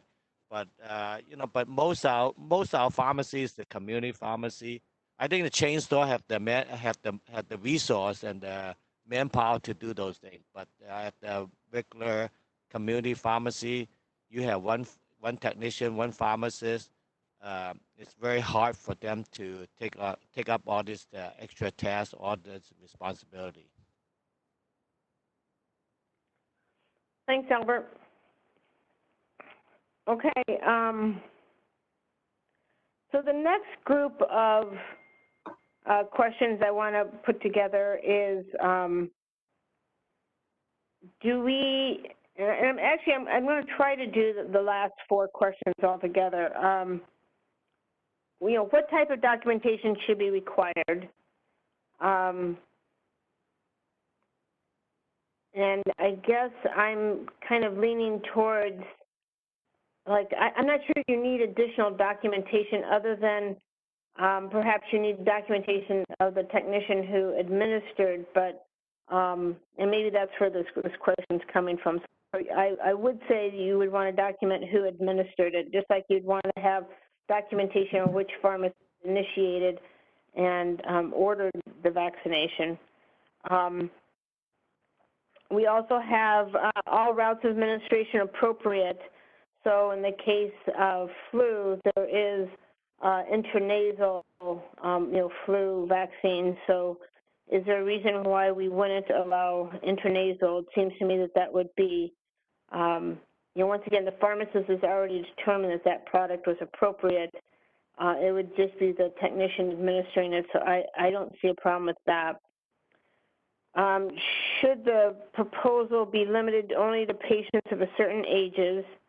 Once again, I believe it's, since under the direction of a pharmacist, it's the pharmacist that would make the determination if, this child is too young or maybe someone's too old, I don't know. So I don't think that we have to worry about that. And then the last thing is, kind of came up in quite a few of the comments, do we need to include language providing the pharmacist the ability to reserve the right to not make, do we need to include language where the pharmacist does not have to delegate? And I don't know, in that same vein, if, we also, there's been a couple comments about technicians not being forced to administer vaccines. So these things seem a little bit more administrative, and so I'm going to lump them all together. So with that, Song, can you give us your thoughts on those It's really items 3, 4, 6, 7. Sure, Debbie. Yeah, I actually do have to get off at 1, so I just want to, thank you for letting me speak. I just want to say that I think the most important thing is, as we've discussed, in my opinion, is it is beneficial, hopefully, for the public that technicians are allowed to immunize, is the hope. But we also have to make sure the pharmacists, their liabilities and their licenses are protected if anything goes wrong. I know I'm hearing that, the stakeholders say that it's all perfect. I don't believe that's the case. I don't think there's any objective studies out there. If there is, I would love to see it. I don't think there is any objective studies that is not conducted by the corporations. So I need to make sure that we do protect the pharmacist, and there has to be an explicit language protecting the pharmacist who does not feel comfortable letting their technicians do this. In current practices, in some settings, pharmacists who does not feel comfortable technicians counting and pouring C2 medications, they don't let them do it. I think that there has to be some similar things, approach to this where pharmacist who is supervising technicians can, say that, no, I don't feel comfortable and I will just do it myself, and that the company cannot, or anybody cannot, cause any detriment to their licenses or their job status. And I think that we have to really look at protecting our pharmacists, pharmacy technicians, but also in turn, I think this is protecting the public, making sure that nobody's doing anything that they feel unsafe, not just technicians, but mainly for pharmacists whose licenses may be affected by these kind of actions.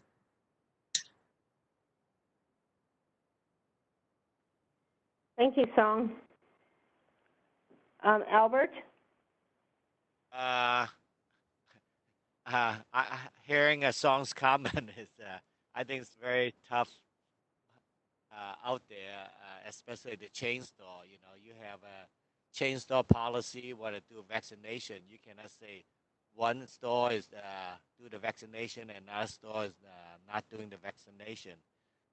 So I don't think the pharmacists have in real life, the pharmacist will not, or PIC will have the right to refuse to do the vaccination at the store when they're not comfortable. So once they go, I mean, they got no choice. They have to do it. If they don't do it, they go find somebody else to do it. So in real life, it's not what you think will happen. So that's all. Okay, thank you. Jude? So question 3, should the proposal require certification in BLS?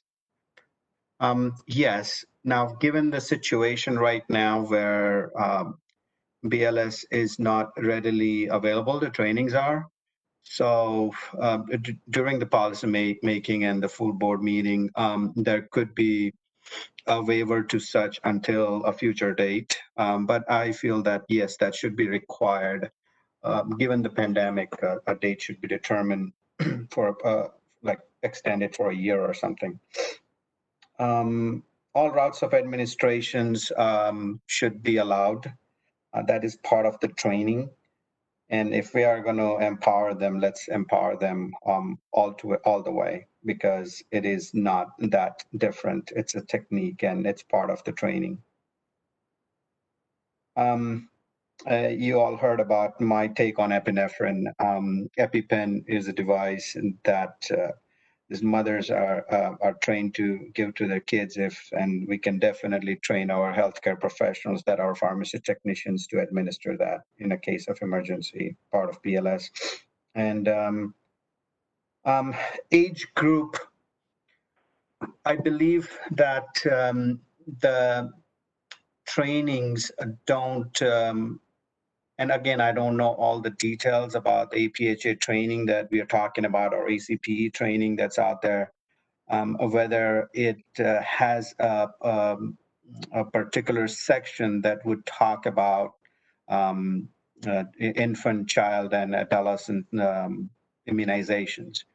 So, if they are trained and that there is specific training on how to handle it, from needle size to how to emotionally handle a child's fear of needle and so on and so forth.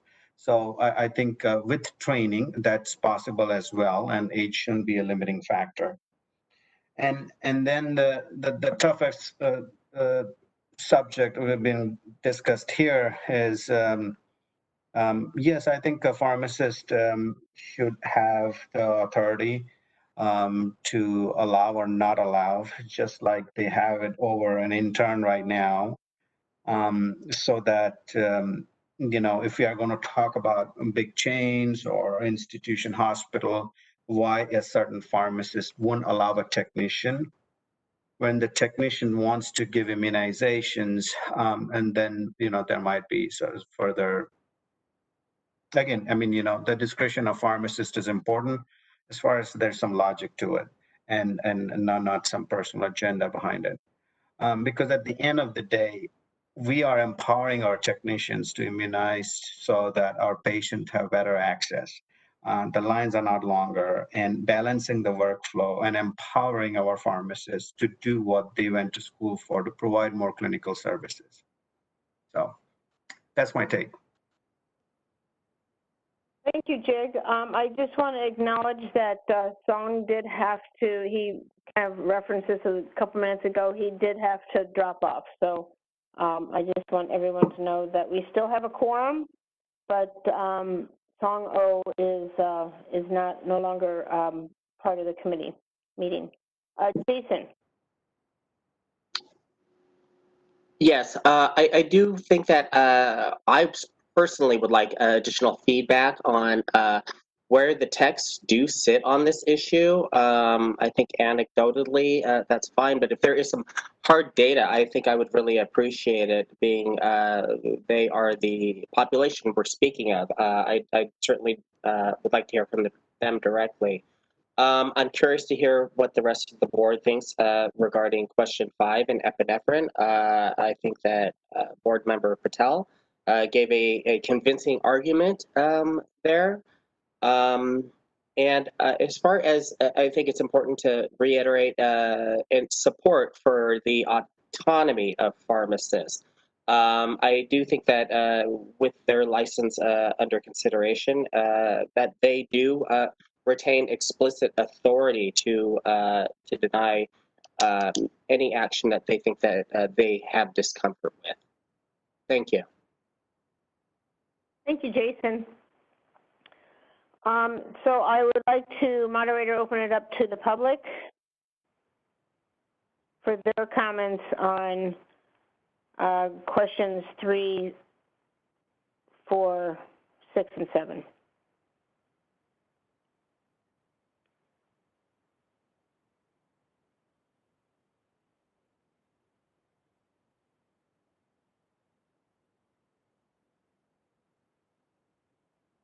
Moderator?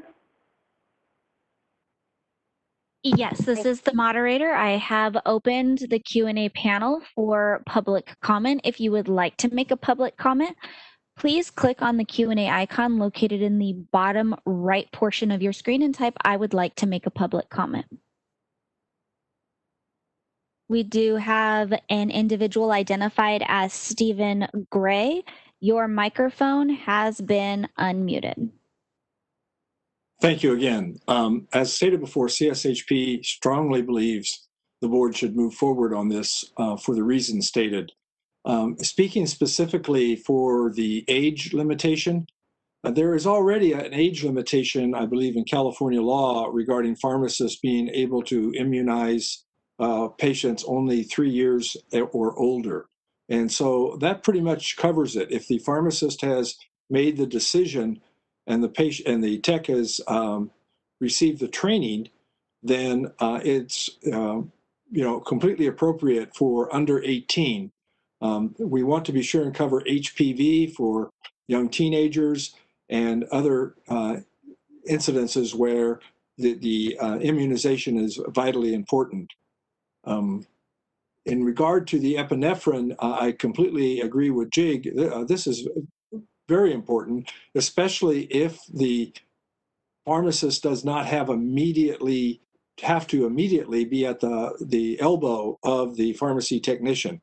The epinephrine needs to be administered, in a timely manner to be effective. And as far as the rest of it goes, I think it's overall, as I've said before, it's so important now to move forward quickly.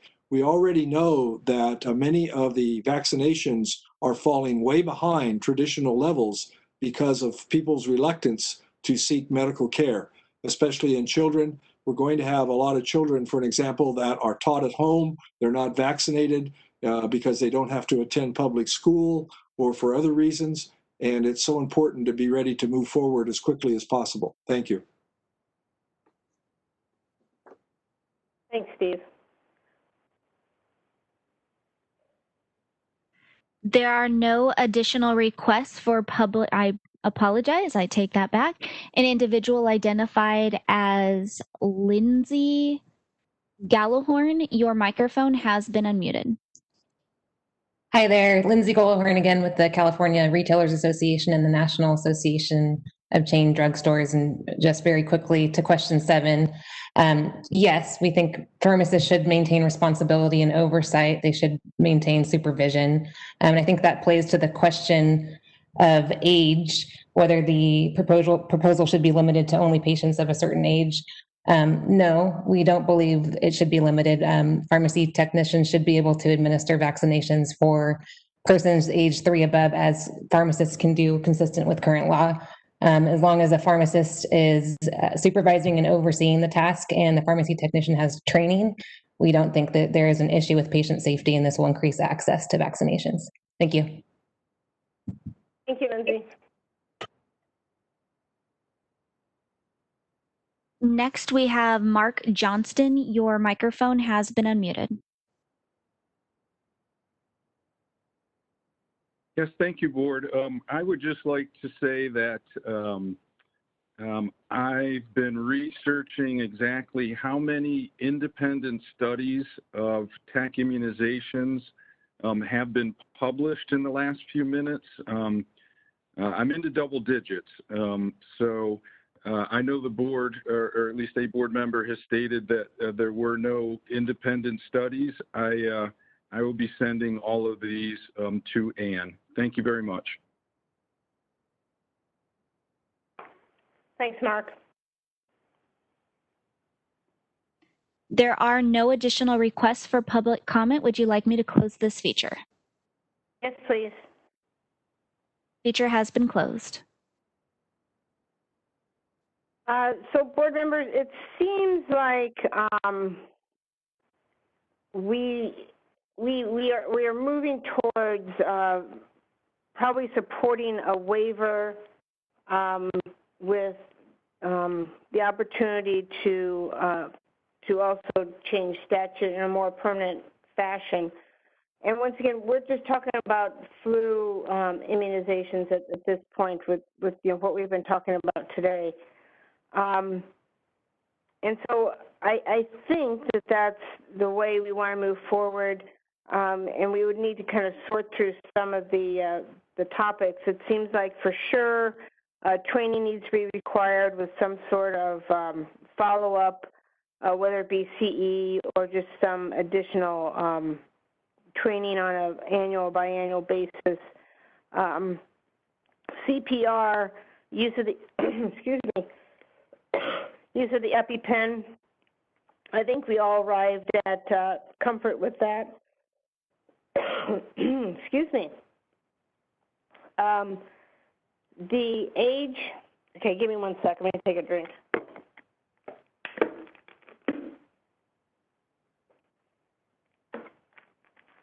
While you're taking a break, I want to make a comment earlier when I against the epinephrine. I wasn't thinking about EpiPen. If it's an EpiPen with the instruction, direction of the pharmacist, I think it's okay. But I thought it was, emergency epinephrine decided by the technician. If it decided by the pharmacist that is appropriate, I think it's okay. Thanks, Albert. Yeah, so that's where I think that's kind of where I felt like the move went also, is that epinephrine was going to be okay. And that age does not need to be limited because it's already being determined by the pharmacist. Route of administration right now is flu, all routes, once again, we're talking about flu vaccine, everyone seemed to think it was appropriate. And we definitely, I felt like, what we heard is that, people felt like, the pharmacist, should have the discretion of whether to delegate to the technician or not. So I feel like that was generally the route of the comments, and everybody was moving. I think there's some probably fine points that would need to get, discussed and shook out. So I don't know if anybody wants to make a motion to move forward with, a policy statement that would hopefully get us a waiver, and then maybe a more permanent statutory change around technicians and influenza administration. Debbie, can we go for all vaccinations instead of just influenza? Anne, can we do that? Because I think as agendized, I think as it's agendized for influenza, I'm not quite sure that the outcome could, but I think that the committee could probably indicate, in general, it would like to have a future conversation to expand beyond just flu, but I don't think the motion itself could expand beyond.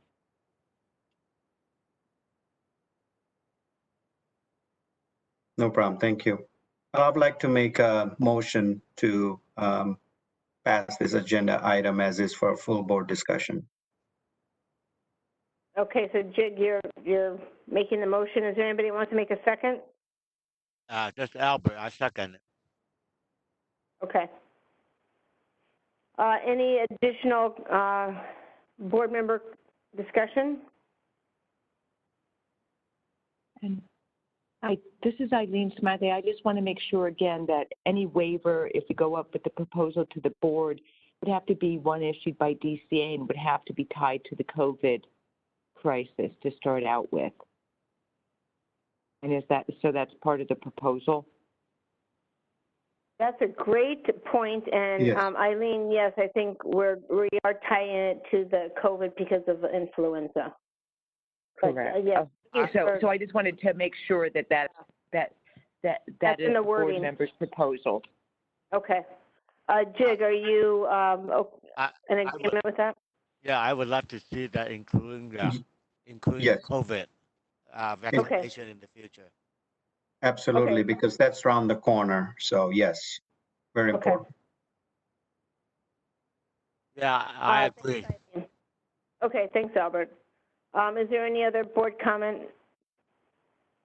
Moderator, will you see if there's any public comment? This is the moderator, and at the direction of the committee, I have opened for questions or public comment. If you would like to make a public comment, please submit you would like to make a public comment and send to all panelists.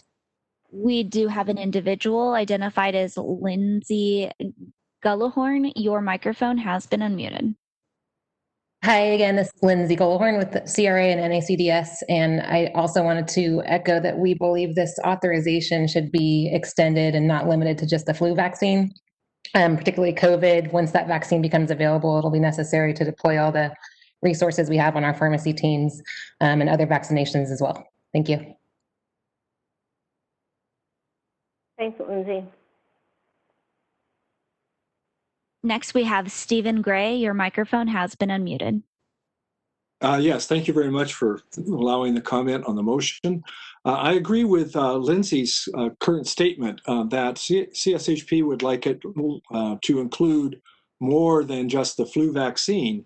And I'm wondering if, although it's apparently already been published, whether in order to avoid an agenda problem, if the agenda of the upcoming board meeting on the 27th and 28th could reflect that the committee would like that agenda to also have a discussion of going forward with more than just the flu vaccine, to include the COVID, but also because COVID crisis has created a crisis in other vaccines being not administered sufficiently. It's all related to the COVID crisis. So my comment is maybe we should be able to get it on the full board agenda for appropriate broadening of the discussion and the proposal. Hi, this is Eileen Smiley again, but again, the proposal needs to be narrowed to what was on the agenda. Other discussion could come up. We've already posted the meeting for the board agenda as well. So just so everybody knows, the proposal itself has to stay narrowed to the flu vaccine.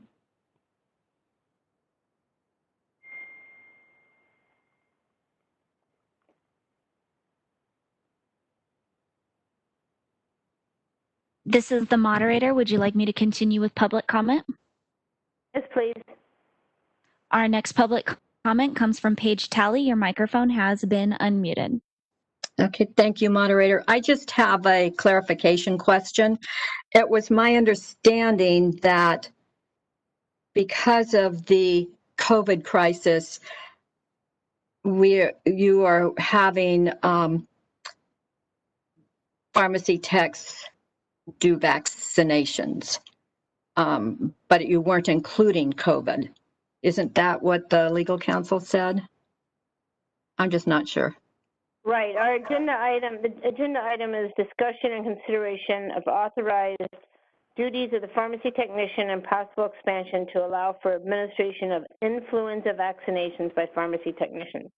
Right. So what our counsel is saying is our motion is everything that we do has to be around influenza. So the COVID piece is that's how we get a waiver. Right. Okay, that's what I thought. Thank you. Yep. Yeah. Thanks a lot.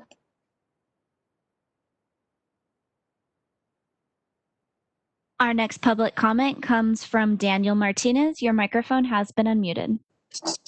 Hi, so I also had a clarification question.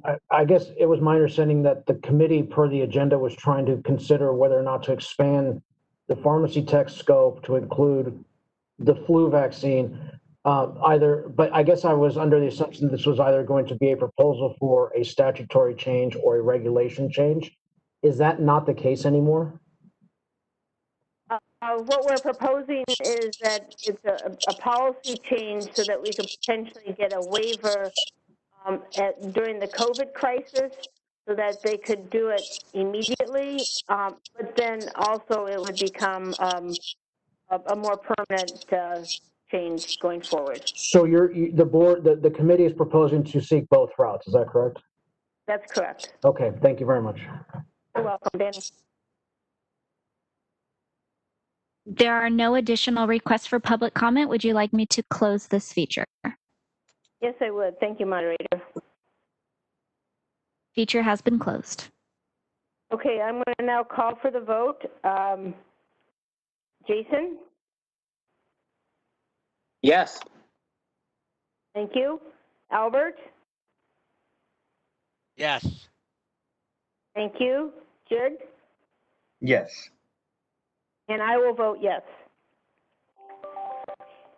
Okay, moving on to agenda item 8 is discussion consideration of pharmacy technician application requirements and common deficiencies. This is, if you look at attachment 5, there's quite a bit of information there, including the current laws and the board approved regulatory changes, specifically to 1793.5 and .6. As detailed in the meeting materials I just mentioned, there are various pathways to licensure as a pharmacy technician. In the past, the board has undertaken efforts to reduce the deficiency rate for such applications, including development of a video on the application process. We were surprised to find out in last fiscal year, 44% of the applications received were deficient. This is the most common deficiency noted, or excuse me, the most common deficiencies noted are, and this is in the chair report, the application itself is not complete. In other words, the application is not signed or dated, or information is not complete on the form. The self-query report is not received in a sealed envelope, or the personal identifying information is not consistent with the information provided on the application. The high school transcript does not reflect a graduation date. The applicant did not include a copy of the certification earned. The technician training program failed to complete the affidavit correctly.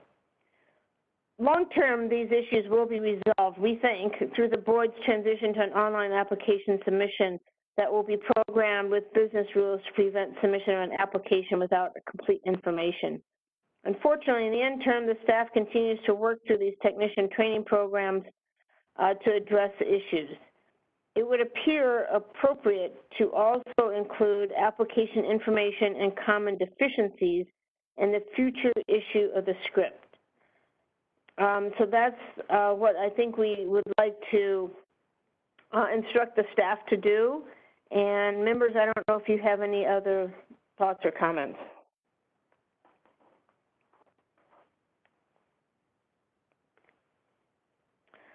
Hearing none, moderator, can you see if there's any public comments? This is the moderator, and at the direction of the committee, I have opened for public comment. If you would like to make a public comment, please submit "I would like to make a public comment" and send to all panelists. I will take all requests in the orders received.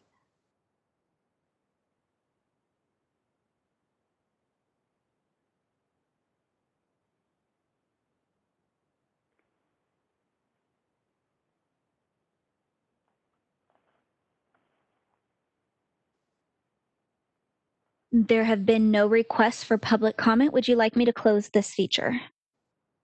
I would, thank you. Feature's closed. Okay, I'm going to move on to item number 9, licensing statistics. The licensing statistics are included in attachment 6. And, you know, I really don't want to read through all the details, but there's been a lot of activity. Also in the license statistics is the processing time. And, you know, our standard performance processing time is within 30 days for initial application and within 10 days for deficiency mail.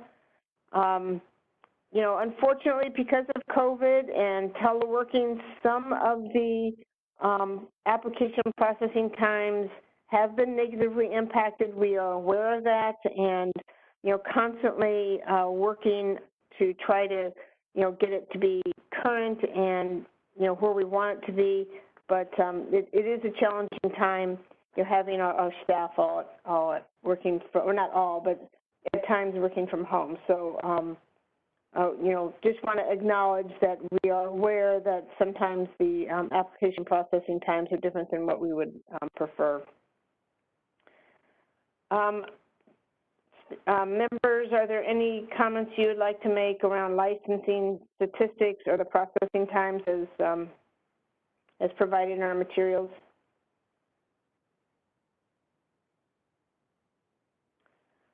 Hearing none, moderator, can you see if there's any public comment? At the direction of the committee, I have opened for public comment. If you would like to make a public comment, please click on the Q&A icon located in the lower portion of the screen and type "I would like to make a public comment." We do have an individual identified as Stephen Gray. Your microphone has been unmuted. Thank you again. I take it from the data provided with the agenda and with the materials that no pharmacies have been licensed as a remote dispensing site pharmacy. And I want to know if that's true, but how would we be able to search on that in the future? And if so, I didn't see it on the web as a category in which you could research. And when we do research, will we be able to also identify the parent pharmacy, the one that is supervising the remote site dispensing pharmacy, the new category of pharmacy? Thank you.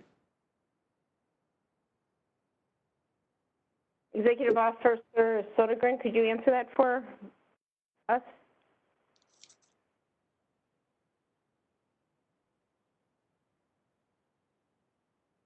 Hi, sorry, I was flipping. There's no summary information, but if you look at the attachments with the full stuff, the remote dispensing information is provided there. So it's in the meeting materials. It just was not provided as part of the summary information, but the stats are there. With respect to the implementation on our website, I would need to check with staff. We have, our computer system's a little antiquated, so sometimes getting some of the programming changes necessary takes a little bit of time. But yes, the goal for our license types in general is to make them available so that the public can find services. Thank you, Ann.